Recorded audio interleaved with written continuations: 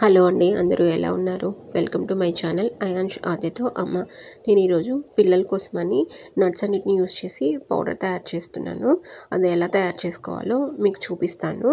దీనికోసం stove on చేసుకొని pan పెట్టుకొని అందులో 1 కప్పు బాదం పప్పుని యాడ్ చేసుకోండి. ఈ బాదం పప్పుని చిన్న మంట పెట్టుకొని దోరగా వేయించుకోండి.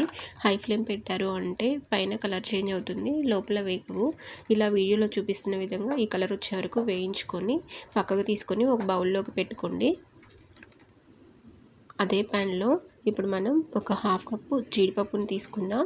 అలాగే ఒక 1/2 కప్పు పిస్తా పప్పుని యాడ్ చేసుకుందాం. ఇందులోనే ఒక 1/4 కప్పు వాల్నట్స్ని కూడా యాడ్ చేసుకోండి. ఈ మూడింటిని బాగా దోరగా వేయించుకోండి. చిన్న ఫ్లేమ్ పెట్టుకొని వేయించుకోండి.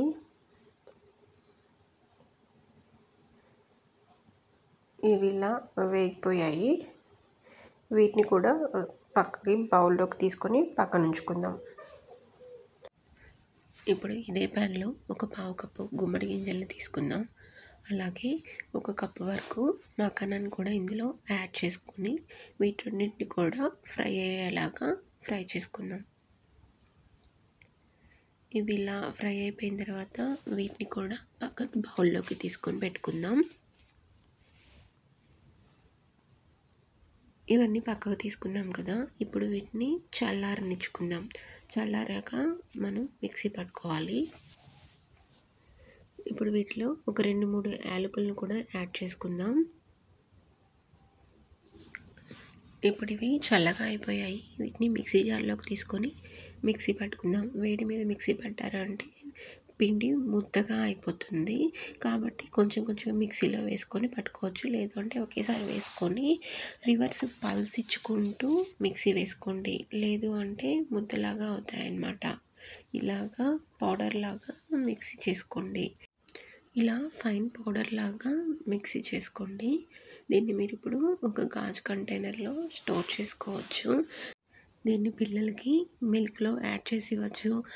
లేదు అంటే వాళ్ళకి రెసిపీస్ చేస్తాం కదా, పాన్ కేక్స్ అలా వాటిలో యాడ్ చేయొచ్చు. స్వీట్స్లో వాడచ్చు.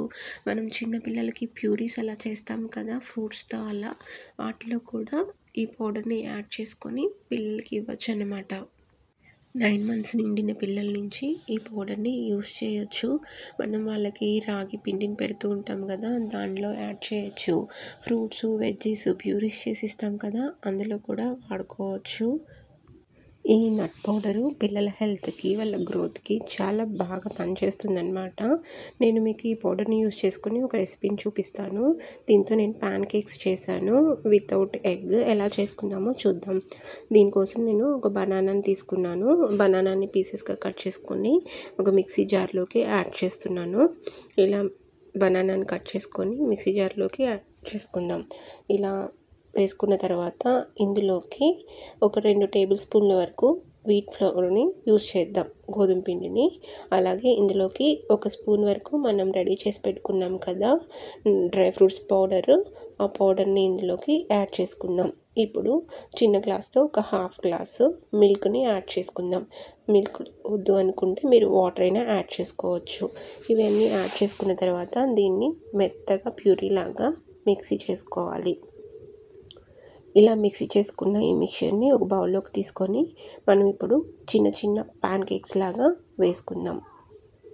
ఈ ప్యాన్ కేక్స్ వేసుకోవడానికి మనం ముందుగా స్టవ్ ఆన్ చేసుకొని ప్యాన్ పెట్టుకొని పెనం వేడైన తర్వాత దీనికి ఆయిల్ని కానీ నెయ్యిని కానీ అప్లై చేసుకుందాం. ఇలా నెయ్యిని గ్రీస్ చేసుకున్న తర్వాత మనం ముందుగా రెడీ చేసుకున్న బ్యాటర్తో చిన్న చిన్న ప్యాన్ కేక్స్ లాగా వేసుకుందాం.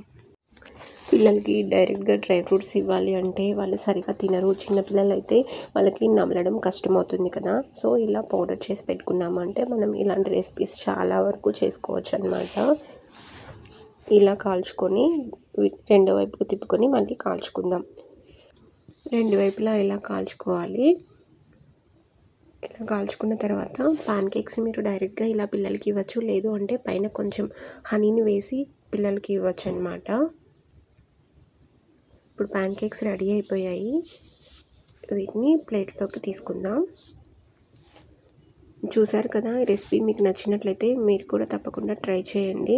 మన ఛానల్ని ఫస్ట్ టైం చూస్తున్నట్లయితే ప్లీజ్ సబ్స్క్రైబ్ చేయండి, కామెంట్ చేయండి, షేర్ చేయండి.